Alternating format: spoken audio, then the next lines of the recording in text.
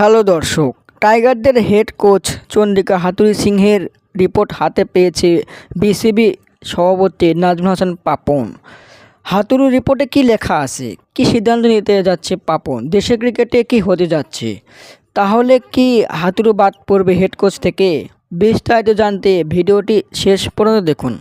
দর্শক, এবার টি-20 বিশ্বকাপে টাইগারদের বাজে পারফরম্যান্সের বিষয়ে হেড কোচ হাথুরুসিংহের ও টিম ম্যানেজারের রিপোর্ট পেয়েছে বিসিবি পাপন। তবে এখনও ক্যাপ্টেন শান্ত রিপোর্ট বোর্ডকে দেননি। এদিকে পাপন বললেন, শান্ত রিপোর্ট পাওয়া মাত্রই তিনি সিদ্ধান্ত নেবেন। পাপনের সিদ্ধান্তে টাইগারদের ক্রিকেটে কী হবে? সামনে আবার পাকিস্তানের বিপক্ষে আইসিসি টেস্ট চ্যাম্পিয়নশিপের 2টি টেস্ট ম্যাচের সিরিজ খেলবে বাংলাদেশ। দর্শক, পাকিস্তানে আগামী মাসে সফর করবে টাইগাররা।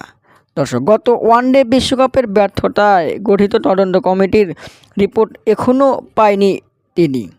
এবার আগে ভাগেই রিপোর্ট পেয়েছে পাপন। দর্শক, পাপন কি সিদ্ধান্ত নিতে যাচ্ছে? আপনাদের মতামত কি? কমেন্টের মাধ্যমে জানিয়ে দিন। ধন্যবাদ।